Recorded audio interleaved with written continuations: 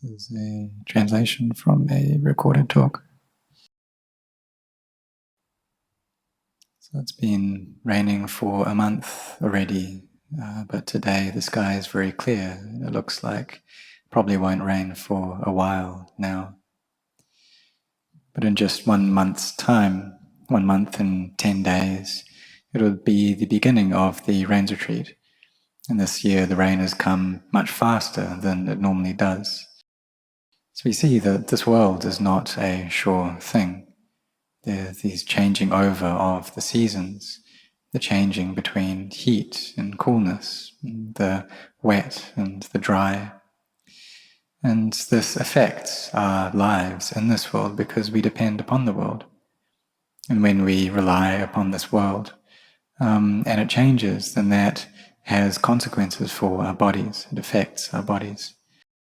And when the world affects the body, then the mind too gets affected because these two things are connected to each other.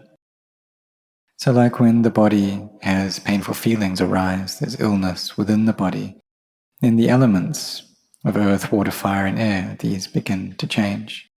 And then there's a lot of painful feelings that come up within this body. And the mind, which takes dependence on this body, that also receives this change, it knows about that change. And when it cognizes that, when it is aware of that, we should study in order to understand this through wisdom. But if we receive these painful feelings, but there isn't any wisdom, or the wisdom, the knowledge that we have is not in line with truth, then suffering arises. Because this body of ours, it's something that changes, that decays, and that ends, it finishes. And that's just normal for it to be that way. It's something that's not sure. And so like sickness that arises in the body, we just don't know when that's going to happen. We don't know when this body is going to really deteriorate or break apart. But if we're going to take it in line with the principles that the Buddha taught, we see that this body started the process of deterioration. It started the process of finishing ever since it was born. Because when we're born, then we have old age, sickness, and death that comes along within that as well. Or during this day and age, we study about cells. And so we know that cells, they grow until they reach a certain age and then they start to deteriorate. And then when they die, then a new cell comes and grows and replaces it. And this is what happens within all the organs of this body, that these cells deteriorate and new ones come up. But if they die and there isn't any new one that comes up, then the body, it just goes back into the elements that it once was. And so these elements, they change and they fall apart. And the earth just becomes the earth. The water in the body just becomes the water in the world. And the same with the fire and the air. They go back to where they came from. For example, if there's cancer within the body and this cancer grows and spreads, and then the cells within the body deteriorate and die. And when this reaches a certain point, then the body just goes back to what it was. It just returns to the earth. So this is what happens when the body ends, when it deteriorates. This is the nature of sankharas, to be this way. And this is the Dhamma, this is the truth of things. And because the Buddha, he taught us this, that these bodies, really that all physical things and all mental phenomena, they're all unstable, changing. They're all stressful and suffering. They're all not self. They're of the nature to be this way. And so when we have this nature of deterioration, of ending, of finishing, that things are mortal, but we don't study that, we don't contemplate that, we don't get to know it, then negligence and heedlessness can arise. can become heedless within our age, within our youth, thinking that we're not yet old yet, so we don't need to practice.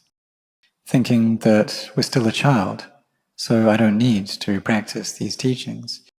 But old age, sickness, and death, it doesn't discriminate between adults and children. It doesn't choose between these.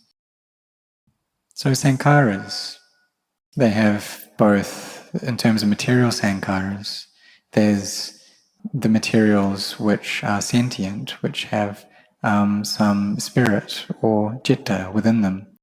And there's also non-sentient things, such as the Dhamma halls or trees, mountains, rivers, for example. And all of these things, whether sentient or not, they all decay constantly as a part of their nature. This body is the same to be that way. And this body does have a mind which is within it, and it too decays. The cells decay. And so we study this, the sciences and the knowledges that we learn at school, at university. But we also need to gain a new kind of knowledge as well. And this is a knowledge, this is a subject, a science, which we really should know, that it's appropriate for everyone to know this. Because if we don't study this, then the heart will never reach freedom from suffering. And so do we see? There's this noble truth of suffering, this Arya Satya of dukkha. And this is a noble truth, the first truth that the Buddha taught, that of old age, sickness, and death. This is dukkha. And so the Buddha, he discovered this. He discovered about this dukkha, the stress, the suffering, the state of the body and mind when they're ill at ease, that this is dukkha. A separation from the things that we like and we love, this is dukkha. So for us people that we're born into the world, we have houses here and we get all kinds of wealth through much ardua, much effort and difficulty. But this is external wealth that we gain. And this external wealth is still subject to danger, still subject to being lost. So even if we live on a hill, for example, we may be freed from the danger of the tides or the sea rising and destroying our wealth. But we're not freed from flooding, freshwater flooding. That it's still possible for that to happen. And so there are many dangers, many kind of natural disasters in this world, fires and floods and earthquakes. And so in any wealth that we gain externally, it's not safe from these things. But we think that when we get that, then we will be happy, we'll be very joyful, and initially we do feel that way. But we don't study that one day I'm going to be separated from this, aren't I? One day this wealth is going to have to go away. One day it's going to have to deteriorate. That it has danger that it's subject to, doesn't it? So we don't see that. We don't see that this wealth is subject to these disasters, to these dangers. We don't contemplate this. So when we have the opportunity, we should get to know this. And we should try to prepare our minds. Because if we don't use this opportunity to contemplate these things, to reflect upon them, then when danger arises, we won't be able to set our minds, to steady our minds in time. Because we haven't learned before, we haven't contemplated before that these things are normal. That all of the things that we gain from this world, they all deteriorate, they all come to an end. That the material, external things are this way. Or the people we're with, that we have to be separated from all of them. Whether they're children that we have, or parents, siblings, friends. And that's what the Buddha taught. We had to be separated from all of these things, that that's just normal for me. And so separation is something that's just a normal part of our lives in this way. We see that old age, sickness and death, separation, that these things are normal.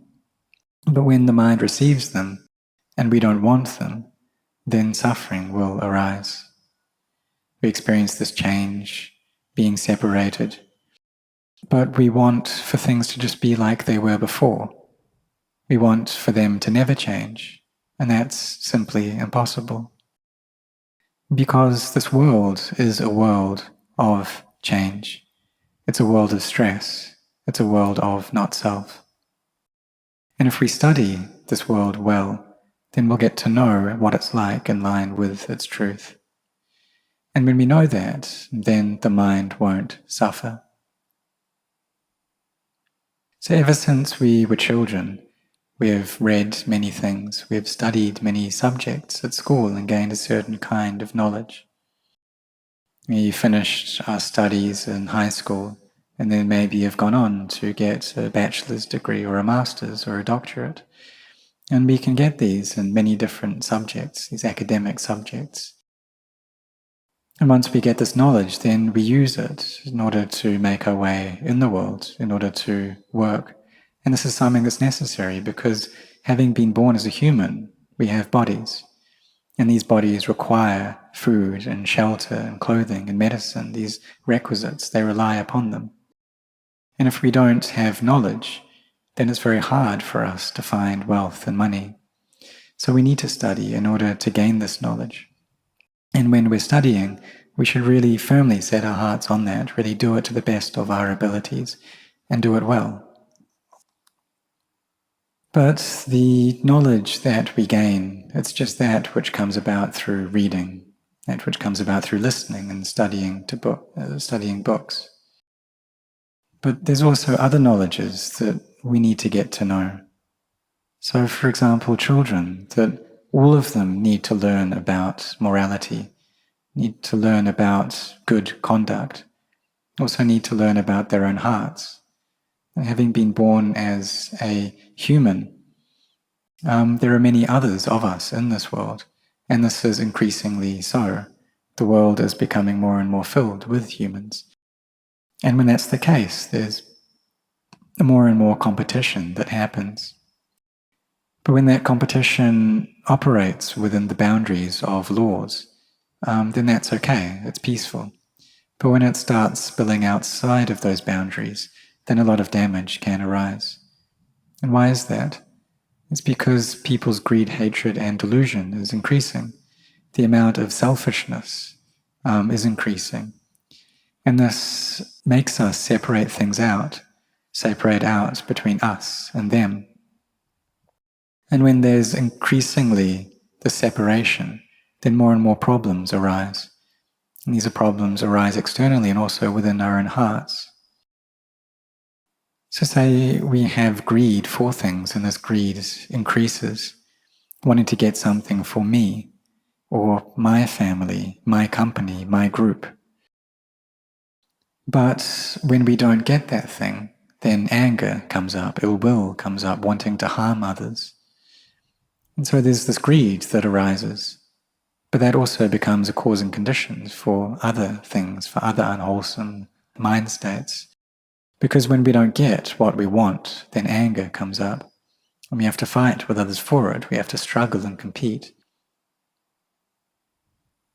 And that's because people don't have goodness in their hearts. They don't have mindfulness. And sati, this mindfulness, is the quality which stops the flood and the stream of the kilesas within our hearts. So we need to practice in order to cultivate this quality of sati, of mindfulness. And then we mindfully contemplate and see that separation from the things we like and love is normal for me. And that I am not free from old age, sickness, and death. These too are things that are normal for me. And when we contemplate this constantly, and then we come to contemplate into the nature of our own lives, and where did this life come from? That I've been born into this life, but where did that come from? Where did I come from? And so if we're going to follow the kind of the principles of this world, the things that we've been taught, we say that we were born from a mother and a father. Within Buddhism, we're taught about past lives. And so there's this life, but where did this life come from? We don't know. We've been born into this life, and then it will finish. And when we die, where do we go? So we believe that we really do have a past life, and there is a next life as well. And we have belief in this way, in past lives and future lives. But despite that belief, we still don't know where we're going to go after we die. You see that we've built a home in this world, a home for our bodies to reside in. But when the body dies, where will the mind build a new home? We don't know that. If the body dies and the mind still has clinging within it, then it will have to find a new place to go. And if there's no goodness within the heart, it will find a place of suffering, of pain, a place where it's ill at ease. So what should we do then? We should try to imbue the heart with as much goodness as we can. Try to abandon greed, hatred, and delusion. Try to abandon the sense of self, this clinging to me and other. And we also give. We're generous. We donate some of the wealth that we gain. We make this kind of merit. And so we study, and then we work, and we gain wealth. And we get this through a lot of difficulty and ardua. But when we give that up, when we sacrifice it, then we feel a great sense of ease and lightness and brightness, both within the body and the mind. That when we're generous, then happiness appears within the heart, and this is what results from the generosity that we do. When we see people who are going through hard times, then we help them out. Or perhaps we have knowledge that we've gained, and we give other people that knowledge, and this too is a kind of generosity. It's not that we only give material things. And so there's the knowledge that we give. This is Vittaya Dana. Or there's also the energy that we can give to people through helping people out, that this is a kind of dana as well. And all of these things are sacrificing. This is chaga, the sacrificing, not being selfish. And when we act in this way, then happiness arises. And all of these things, they bring joy and happiness into the heart. These are all a source of goodness. So as we carry on doing these things, then the results gather together within the mind and peace arises. So for myself, I had one great teacher, a teacher really worthy of respect. And he ordained at an old age.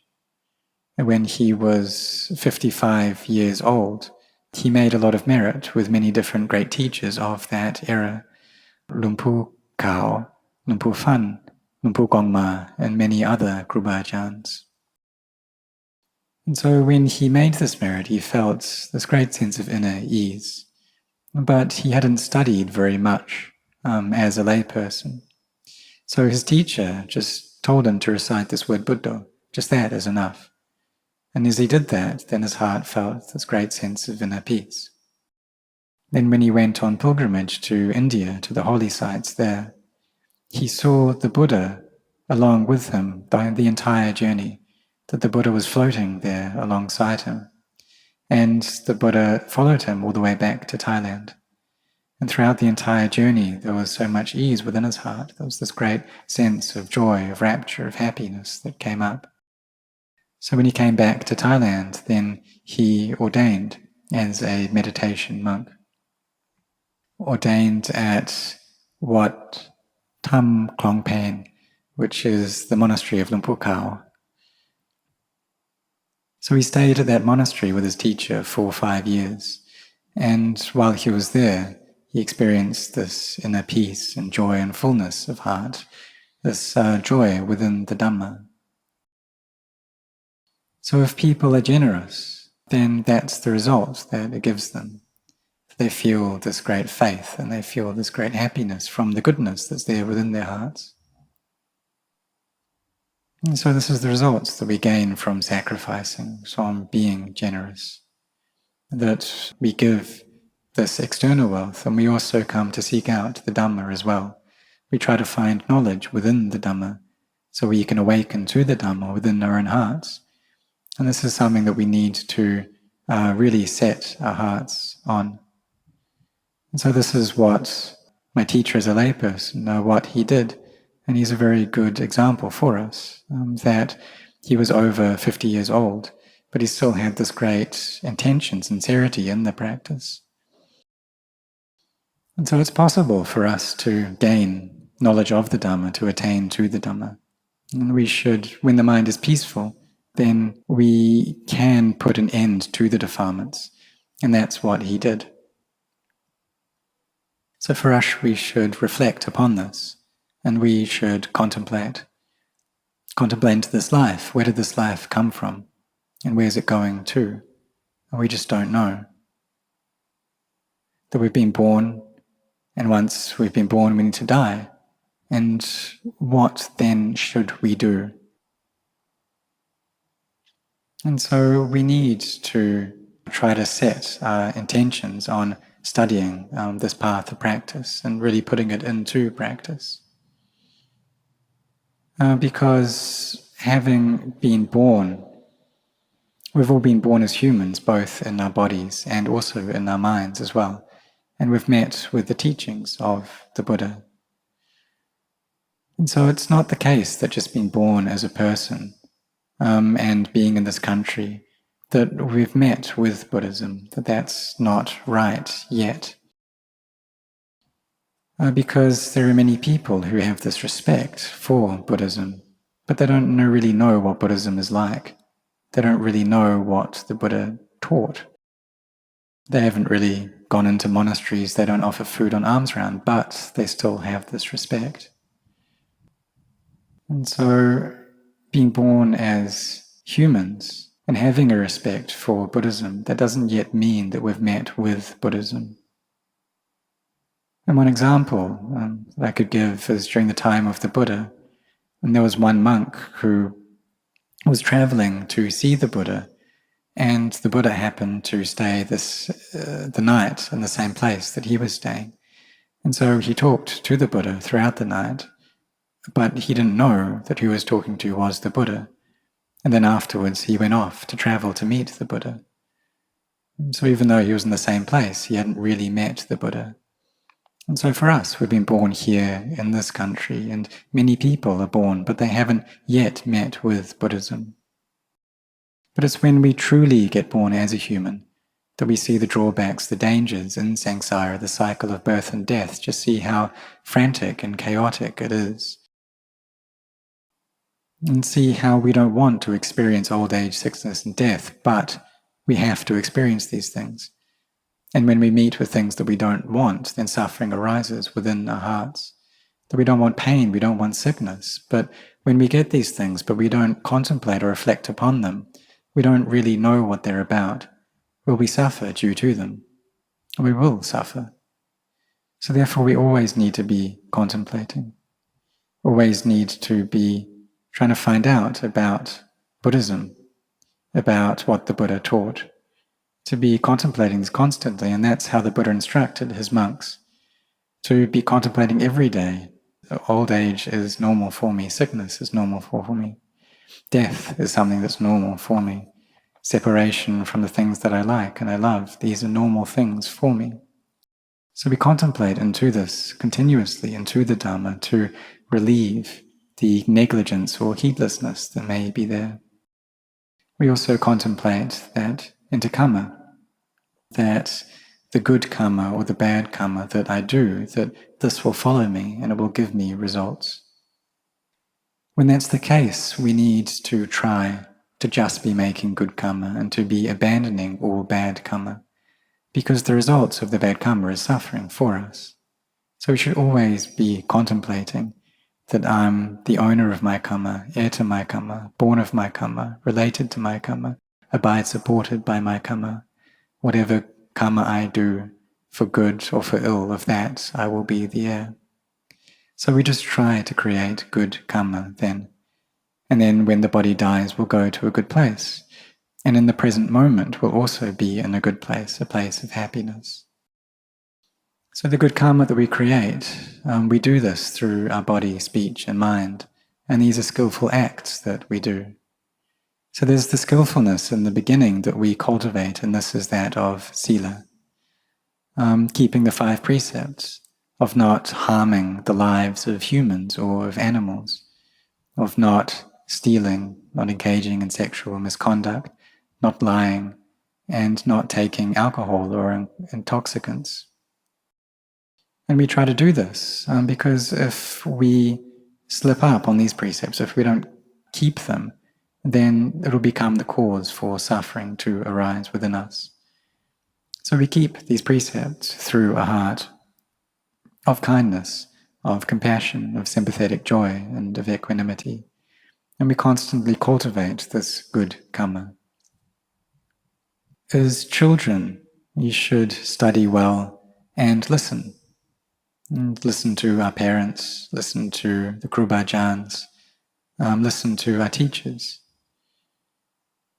And so when we study, then we study with respect for those who are teaching us. And we listen to our mothers and our fathers because our parents, they're the arahants in the household for their children.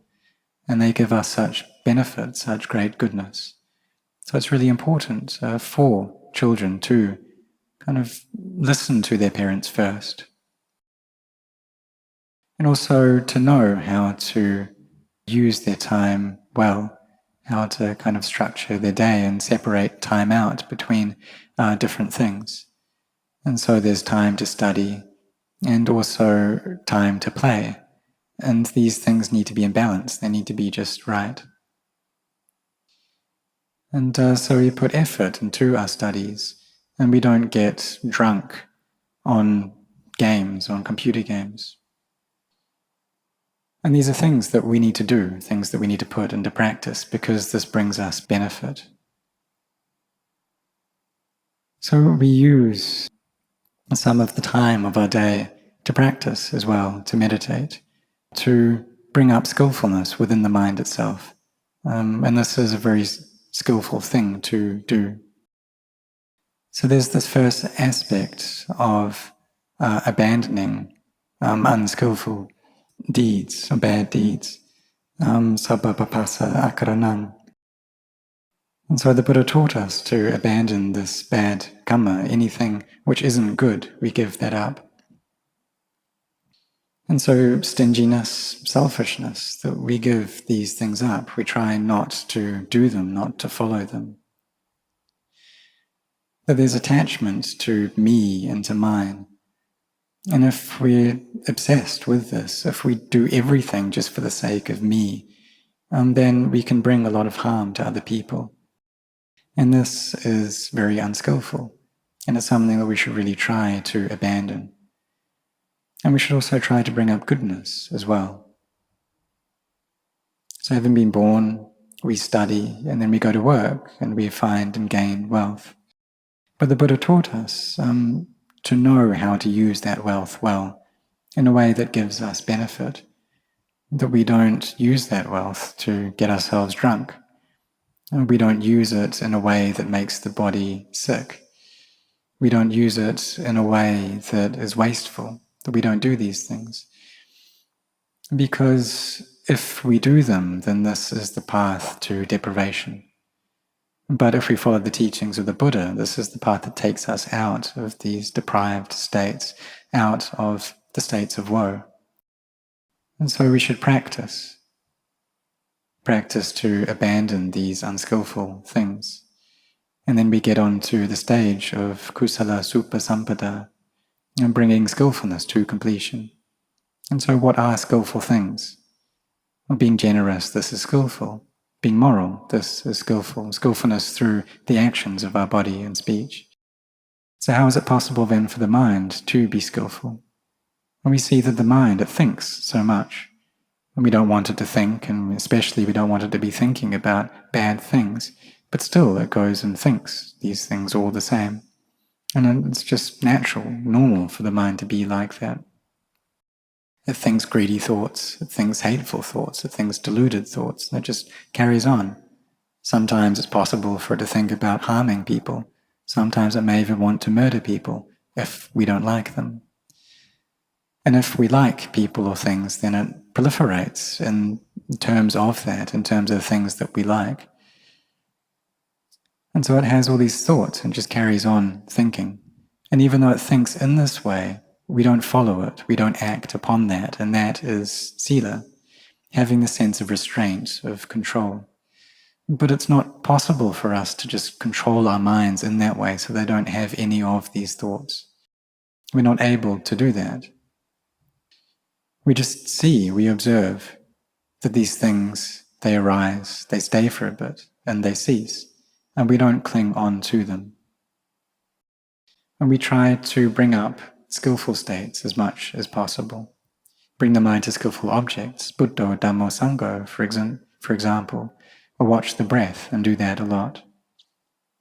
Because the more we want for the mind to not be thinking about bad things, the more it's going to think bad things.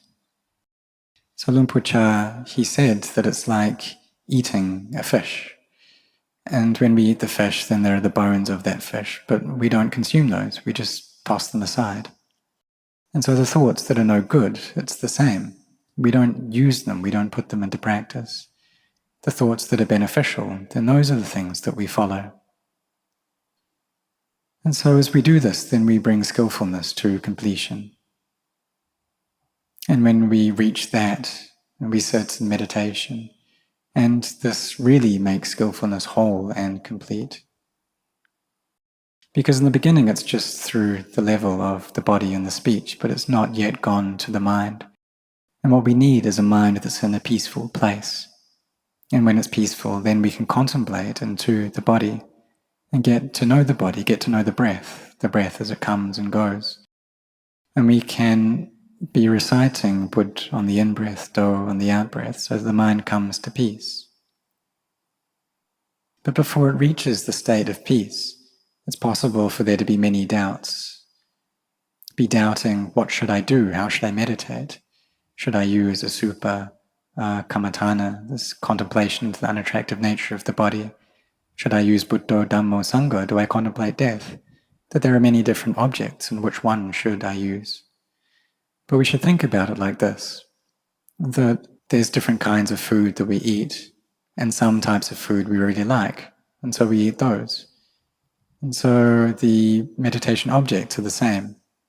Whatever object that we use and it brings the mind easily to peace, then we just carry on doing that. When the mind reaches the state of peace, then joy, fullness, happiness arises within it, and it becomes settled and still. And here at this point, it's ekakata citta, with ekakata aramana, that the mind becomes one, centered on one object. And real peace arises here. And in that state, then we should take this peaceful mind to contemplate the body, and Luang Por Chah taught in this way, that when the mind is peaceful and gathered together into samadhi, then he had us contemplate the nature of this conditioned body and see how it's something that arises, stays for a while and then ceases. See how it's something that needs to deteriorate, needs to come to an end. And we develop this wisdom of insight in this way. Initially, however, wisdom comes from listening and comes from thinking. And that's the kind of wisdom that we gain from this world, that we read things and then we commit them to memory. But there's also a deeper kind of wisdom than that which comes from contemplation. So these initial kind of wisdoms, we use them within the world in worldly ways. But we also need to gain a deeper kind, that which comes from meditation. So bhavana, meditation, what that really is cultivation. It's cultivating this mind. The mind that was once scattered and thinking a lot, we bring that into peace, into samadhi, so that it becomes firmly established. And when the mind has gained that state of samadhi, then we should look into the nature of physical and mental things to see what they're like, to see how all things are just conventions. The things of this world, there's no real name to them. That all the names that we give them, these are just conventional names, things that we suppose into being. And they all have arising, persisting, and ceasing as their nature. They're constantly going through this process. And so we see the world in this way because its reality is always like that. And the state of all the conditions of this world, they're always deteriorating. They're always finishing. And they already have that nature to them. They're already of the nature to arise, stay for a bit, and cease, all the material and mental things. But it's just when the mind is lacking peace that it doesn't view things in this light. The mind that is unpeaceful, that has greed, hatred, and delusion constantly covering over it, so it just doesn't see. It doesn't see the truth. All it sees is self. All it sees is me and mine. It sees constancy, permanence. It sees happiness. It sees goodness and beauty. But the reality is the opposite of these things. So when we see things in this deluded way, then it's the cause for suffering to arise, because the defilements are covering over the heart, constantly making the heart dark, gloomy. So through the Buddha's kindness, he taught that it's not that way, that all physical and mental things, these are unstable, changing. He taught us to practice meditation in order to cultivate samadhi, so the mind gathers together. And this here is something that's very skillful. From the state of samadhi, then we contemplate into the nature of physical and mental phenomena, seeing how they do change constantly, how they're stressful, how they're not self. And this leads us to the level of sacitta pariyotapanang, that making the mind pure and bright. So when we see into the nature of anicca, dukkha, anatta one time, then the mind becomes bright one time. And when we see this very frequently, then the mind frequently becomes bright, and it becomes brighter and brighter, until we're able to put down all of these defilements.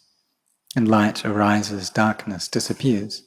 And this happens through this path of sila, samadhi, and panya, through virtue, collectedness, and wisdom. So this initial stage of sabba papasa akaranang, that is sila. Not doing any harmful things, that is sila. So for us all, we're sitting here meditating, and we're not doing anything bad. And this is sila. Whether we're children, whether we're adults, we're all keeping our sila well right now. And we're all cultivating kusala supasampada, that we're making the mind skillful, and we're bringing this to a state of completion, which means that we're bringing the mind into a peaceful state. We already have peace through our body and speech, and so we're developing peace within our minds as well, which works to suppress greed, hatred, and delusion. And when these defilements are suppressed already, then skillfulness can arise in a full and completed state. And this right here is Dhamma. And all the things that we're able to see, all the things that we do see, we see them in terms of Dhamma. We bring them back within ourselves. We see an old person, we bring them back into ourselves, that I too need to get old. We see someone sick, and we reflect upon that. I too need to get ill. We see or hear of someone who has died, and we reflect that I too need to die. And so we reflect upon all of these things, and Dhamma is always arising. And we see things in this light, old age, sickness, and death. We bring that back within ourselves, and the mind becomes weary, and it loses its lust towards this world. It loses its lust towards forms, towards sounds, towards odors and tastes and tactile sensations. And then it really tries to find this path out of the cycle of birth and death. And just like the Bodhisattva, Prince Siddhartha, that he saw the danger, the harm in old age and sickness and death, and that's what inspired him to seek out Nibbana. And when he found that, then he taught us. He taught us this path of practice, Like bringing the mind to peace, bringing it to skillfulness, bringing it to a state of samadhi, and then contemplating so that wisdom arises and the mind becomes pure. And here is where we will see the Dhamma, attain to the Dhamma, and get to really know the Dhamma. So at the very least, in this life, what we should do is practice a lot, so that we cultivate these minds, and so that we can bring about wisdom within the heart. And if we don't get relieved from all suffering, if we're not able to overcome all suffering, at least we'll be able to significantly reduce the suffering that we experience. Because if we don't study this kind of knowledge, then even though we may have many, many things externally, really we can have everything that we can want, but still the mind is not freed from suffering. And even though we have all these things, we'll have to be separated from all of them as well. And so they can become a cause for suffering. And so we should always be contemplating into the nature of deterioration, the nature of sankharas, conditioned phenomena, to end, to finish. How old age, sickness, and death are things that are normal for us. Because karma is something that belongs to us. We should contemplate this. Our karma belongs to us, it follows us. We have to be separated from all the things that we like and love.